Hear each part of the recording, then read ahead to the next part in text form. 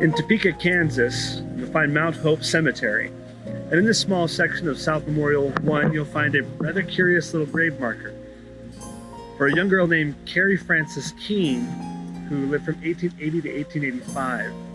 She passed away at a very young age from malaria, was moved here in 1920, so for the past 100 years, she's been here in Topeka, Kansas. Now, what's really curious about this, and the reason why I stopped, is because as you see, the statue has been decorated, and since sometime in the 90s, an unknown person has been coming around several times a year and dressing up this statue behind me here. Nobody knows who that person is. In fact, the owners of the cemetery say they kind of don't want to know because it's such a sweet tribute to someone who died at such a young age. I thought it a fitting way to start this video, looking at some of the tragic past of Kansas. But now, let's go to something less tragic and more supernatural.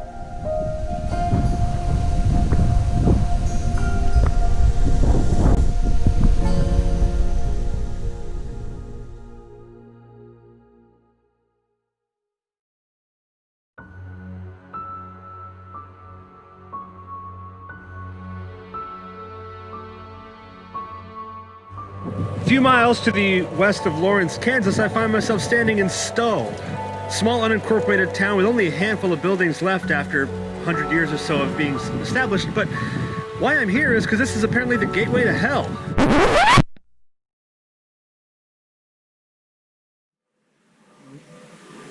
Before I go any farther, I gotta tell you, I've had to rethink how I'm portraying Stull, Kansas right now.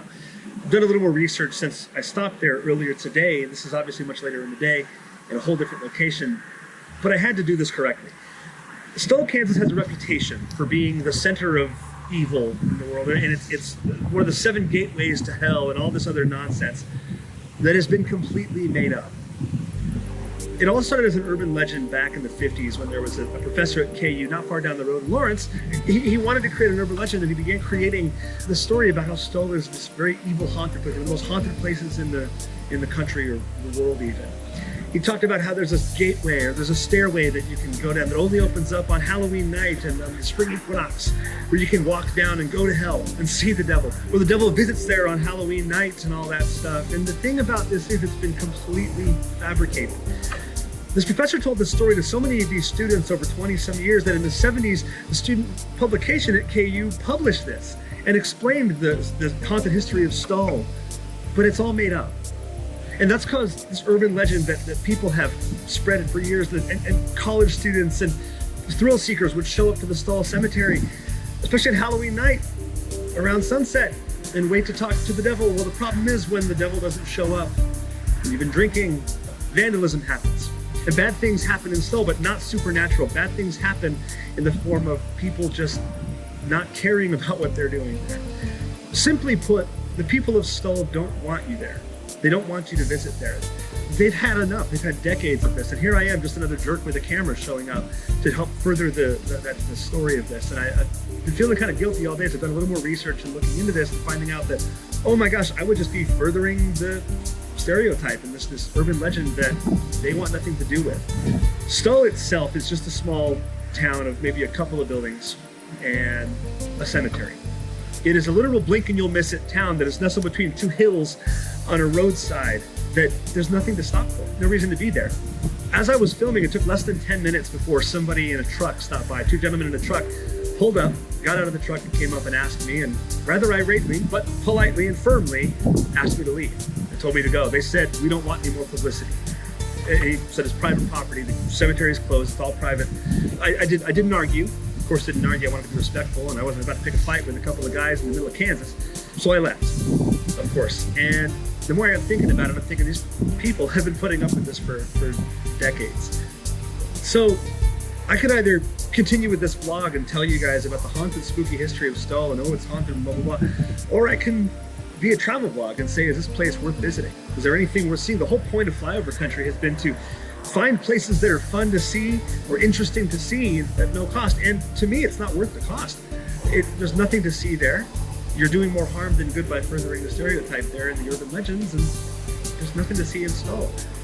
So that's why I'm still including that in this section here, as a make an assertion that Stull has this wildly haunted history, so much that even the TV show Supernatural staged one of their big showdowns there at the season finale of like season 5 or something like that. But it's not worth the damage to be there. That's my take on Stull. Is it worth the visit? Nah. So if you really need to, it's between Lawrence and Topeka, Kansas. Just drive on through, but there's nothing really to see. It's best to just stay away, give them their peace. So now that I've said that, let's go ahead and go to a place where the proprietor does want you to be there. But the proprietor's been dead for, well, over 80 some years.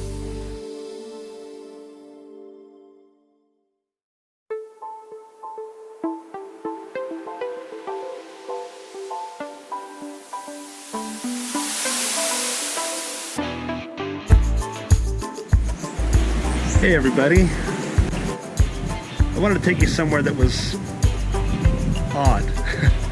And I'd heard about this from my friend Rob in New York, told me about coming here because he's from this area. And I didn't even know it was here. And now that I'm here, I don't quite know how to describe it. I'm at the Garden of Eden in Lucas, Kansas.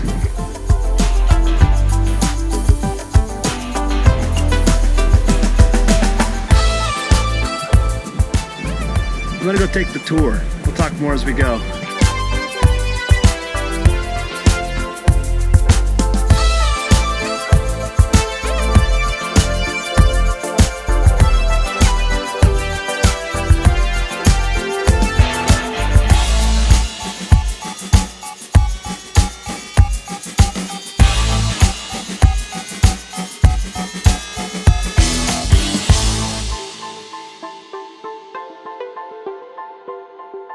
So the Dinsmore Garden of Eden, sitting here in Lucas, Kansas, is a bizarre sculpture garden, which was kind of a big middle finger to the city, it sounds like. He just started building these bizarre sculptures, and people would ask him to stop, and he said, no, it's art. What are you gonna do? Everything about this place was kind of a big, like, screw the establishment type thing. I mean, Dinsmore he fought in the Civil War on the Union side, and then he, came back and just fought the establishment in all his own bizarre little ways. The tour guide here is telling some awesome stories about some of these sculptures here and kind of what they mean. And then the angel at the very top was to take him to heaven if he went to heaven after he died. If he missed out and had to go down below, he made himself a cement water jug and it's placed at the foot of his casket. I mean, everything about this place is just like, screw you, I'm doing it my way. The beer bottles that are lining the top, the concrete beer bottles, well, is to fight prohibition. And so he filled these beer bottles up with cement, broke the glass around them, and then just decorated his house in beer bottles.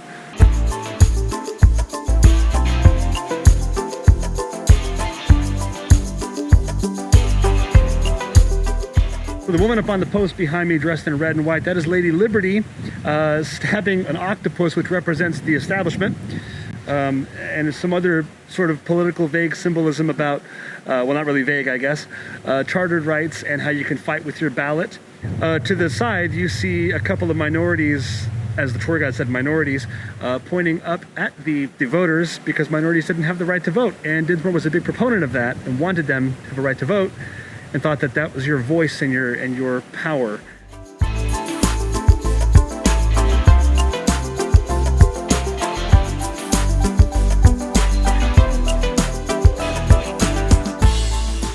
Got an American flag. This one used to be up on top of the mausoleum, but he pulled it down because it wasn't safe. So he did have a conscience.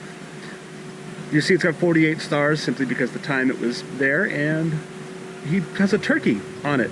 He, just like Benjamin Franklin, believed that the turkey should have been the national bird instead of the bald eagle. So he made it himself.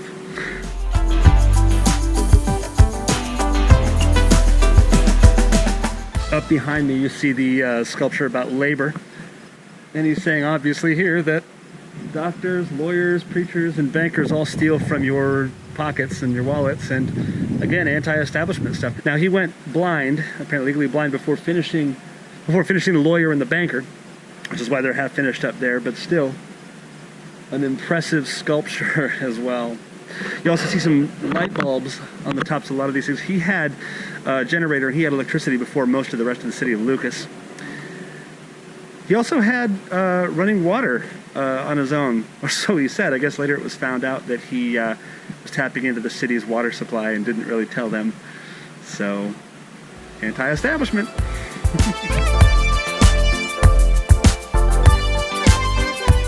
Around the mausoleum, there's a whole series of nails.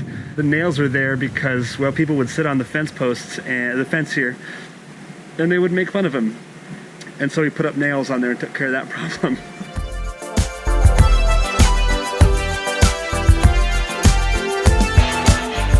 So, the big part of the tour is that Dinsmore's still here. He died in, what was it, 1920, 87 years I think they said he's been in here, so quite a while ago. He's in the mausoleum there. They take tours in to look.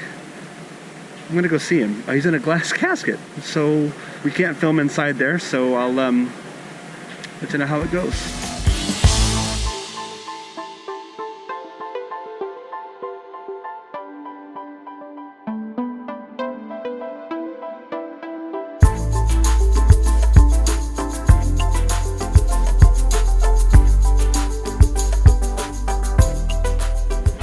Yeah, he's in there.